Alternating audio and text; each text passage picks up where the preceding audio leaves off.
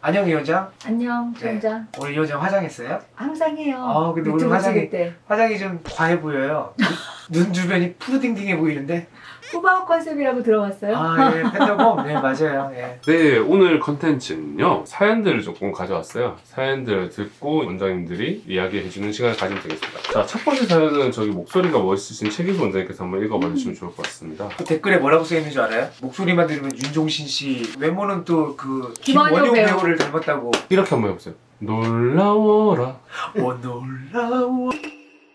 여기 있는 첫 번째 질문 읽어요? 네. 안녕하세요. 항상 영상 잘 보고 있는 구독자입니다. 10년 전에 떼운 금리를 치료하는 영상을 보고 저도 비슷한 상황이라 질문드립니다. 저도 최근에 예전에 떼운 치아가 떨어져 아프고 해서 신경치료 후에 덮어 씌워서 치료했습니다. 이렇게 신경치료를 하고 나면 더 이상 충치는 안 생기나요? 그리고 만약 충치가 생긴다면 이미 신경을 다 차단했으니 통증이 없는지도 궁금합니다. 일단은 신경치료를 하고 나서 크라운을 씌우지 않습니까? 이게 핵심이죠. 크라운을 씌워서 그 치아를 완전 밀봉을 했다. 그러면 당분간 충치는 안 생겨요. 크라운을 씌웠는데도 충치가 생기는 경우가 있어요. 그건 왜 그러냐면 잇몸 라인을 완전 밀봉해서 딱 붙였는데 세월이 흐르면서 잇몸이 조금씩 내려가. 또는 크라운과 그 앞에 치아 사이에 미세하게 음식물이 껴. 그러면 잇몸 속으로 음식물이 파고 들어가. 그러면 잇몸 밑에서 충치가 다시 생깁니다. 그래서 잇몸 관리를 잘하면 원칙적으로는 충치가 안 생기는 게 맞습니다. 그리고 아프냐? 일단 신경치료를 하면 차갑고 뜨겁고 통증 같은 걸 못 느껴요. 그래서 어지간히 썩어도 통증은 못 느끼는 게 확실합니다. 그런데 이제 만약에 충치가 생겼다. 그럼 이제 생활하시면서 그런 걸 느끼죠. 왠지 갑자기 어느 날 냄새가 나는 것 같아. 피가 나는 것 같아. 그러면 크라운 밑에 뭔가 틈이 생기고 있는 게 아닌가? 라는 의심을 해보고 치과에 가서 검사를 해봐야 됩니다. 아주 교과서적인 답변을 되게 자기만의 생각처럼 잘 요약해서 얘기해 준 것 같아요. 치과 책에 나와 있는 얘기예요.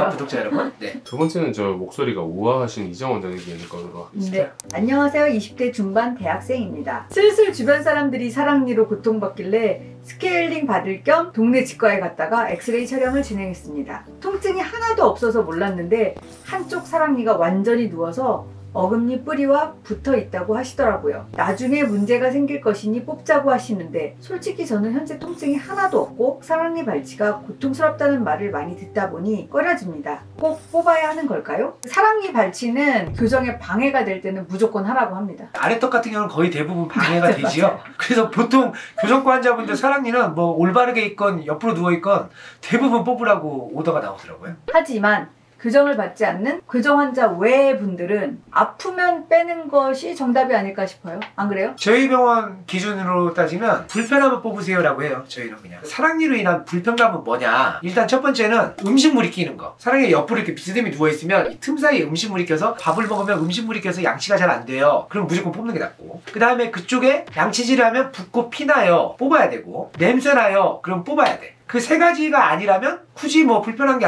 없다면 뽑을 필요는 없죠. 대신 이제 주기적으로 1년에 한 번 정도는 치과에 가셔서 사랑니 주변에 엑스레이를 찍어보고, 왜냐면 사랑니가 옆으로 이렇게 누워있을 때 그 앞에 있는 치아 뿌리 쪽이 썩는 경우가 많아요. 그때는 사랑니도 뽑고 앞에 치아는 신경치료하게 되는 일들도 생기죠. 질문해주신 분께서도 불편함은 없더라도 엑스레이는 꼭 찍어서 만약에 충치가 진행되는 것 같다? 그러면 아프기 전에 빨리 뽑아야 됩니다. 근데 충치도 없어. 이 사이에 음식물도 안 껴. 그럼 누워있더라도 그 치아가 계속 그 상태에서 그대로 유지될 수도 있거든요.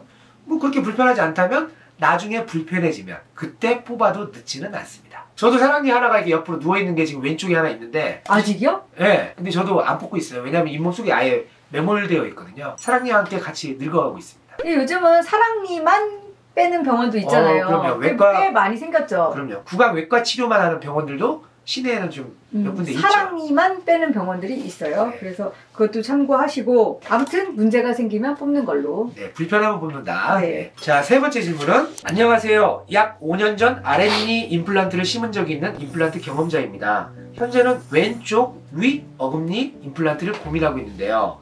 5년 전에는 마취할 때도 그렇고 임플란트 후에도 딱히 심한 통증을 경험하지 못했는데 최근에 왼쪽 위 어금니 임플란트를 진행한 제 지인은 너무 괴로웠다는 겁니다. 원래 임플란트는 부위마다 통증이 다른지 어떻게 해야 그런 통증들을 줄일 수 있는지 궁금합니다. 어떻게 생각해요, 이 원장님? 통증은 다 개인차 아니에요? 우리 이 원장님은 이제 교정 원장님이시니까 이렇게 약간 뜨뜻미지근하게 얘기하셨는데, 수술을 할 때 그리고 치료 후에도 아프냐 안 아프냐를 따지는 가장 첫 번째는 그 부위에 뼈가 충분히 튼튼한 뼈를 갖고 있냐. 그렇다면 거의 대부분 아프지 않습니다. 왼쪽 위에 임플란트를 했을 때 아팠다라고 하면 위턱 같은 경우는 상악동이라고 해서 뼈가 얇아지면 이렇게 위 빈 공간에 뼈 이식해야 되는 경우들이 많거든요. 이런 케이스에는 좀 더 아프죠. 근데 상대적으로 아래턱은 뼈가 아주 나쁜 상태가 아니면 이렇게 뼈가 좀 단단한 편이라서 제 경험으로도 보면 그렇게 많이 통증을 느끼지는 않는 것 같아요. 그러니까 임플란트만 가볍게 심는 심플 임플란트라고 하죠. 네, 그런 경우에는 네, 거의 거의 안 통증이 아프다. 사실 없어요. 상악도 안 아프다. 네, 맞아요. 근데